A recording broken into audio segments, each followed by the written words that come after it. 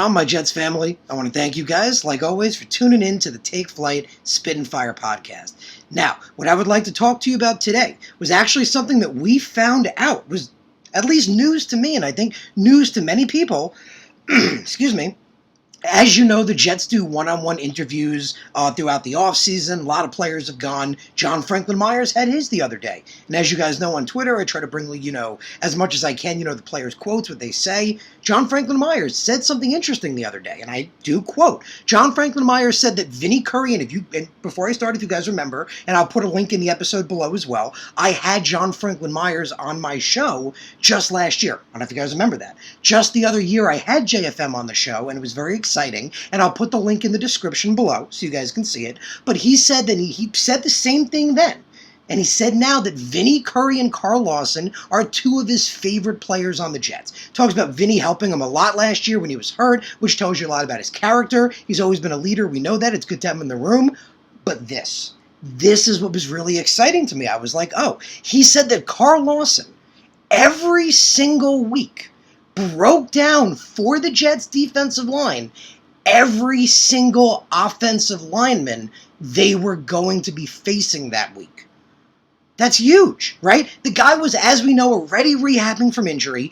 And if you guys remember also as well, I had an episode just, just the other week ago where we talked about why Carl Lawson is going to have a huge year this year, right? Why coming back from injury, he's always come back better. He should have a big year. And I'm going to post that in the description as well, so you'll see that. So that episode as well, if you want to see the episode on why Carl Lawson's going to have a big year this year. But this is huge, right? This is big news. So while he was rehabbing, getting better, making sure he can come back stronger than what he was, which is what he said he's doing, he took the time. That's a leader. Right? Talk about a leader every week. Every week he broke down for the entire Jets defensive line. This offense, I don't know who knows the exact conversation, but it probably was vital, right? Like this offensive lineman takes his left step first, or stutter steps with his right, or shows with his shoulders, which is something. It could have been a tell, it could have been anything, right? He broke down every single offensive lineman for them every week. He's a leader. He's dedicated. They talked about him studying film last year. We knew that. But this is a bigger development, not just studying film, but doing this for his teammates, right? So this is exciting. Carl's coming back, man, like I told you. If you guys look in the episode description below, you can see why he's going to break out this year, and that brings us, or not break out, but have a big year. Potentially break out, but have a good quality year as long as he can stay healthy. That brings us to my second point. And my second point, is something I mentioned on Twitter not that long ago. Because remember, I brought this up on Twitter just like I believe it was a month or so ago. Our defensive pass rush, right? Which, as we know, the Robert Saleh defense is predicated around. I've said that like a broken record. I will continue to say that like a broken record because it's true. The defense is predicated around the pass rush. When it's there, they do well. When it's not, they don't do well, even if the quality players are playing well. It's just how it works. This defense we have now, right? We've talked about JFM, Quinnen on the interior, right? JFM even said Quinnen's going to get those double teams, right? Another quote he said, it was, I believe, a couple of weeks before. He said he knows Quinnen's going to get those double teams. He's going to win his one-on-ones. He said, I know I'm going to get one-on-ones in the interior. Remember, Saleh said he's excited about having him on the interior, said he's better on the interior. You got Solomon Thomas as reserve, who as an interior defensive lineman has really started to shine and look good as a young dude. You still got Sheldon Rankins, who has shined at times, very expensive backup. We can afford him, has shined at times. You got Jonathan Marshall. It's very deep and an edge rusher. We had the episode again, and if you guys want to post it in the thing as well so you guys can see it, the episode on our edge prospects, Jermaine Johnson and Michael Clemens,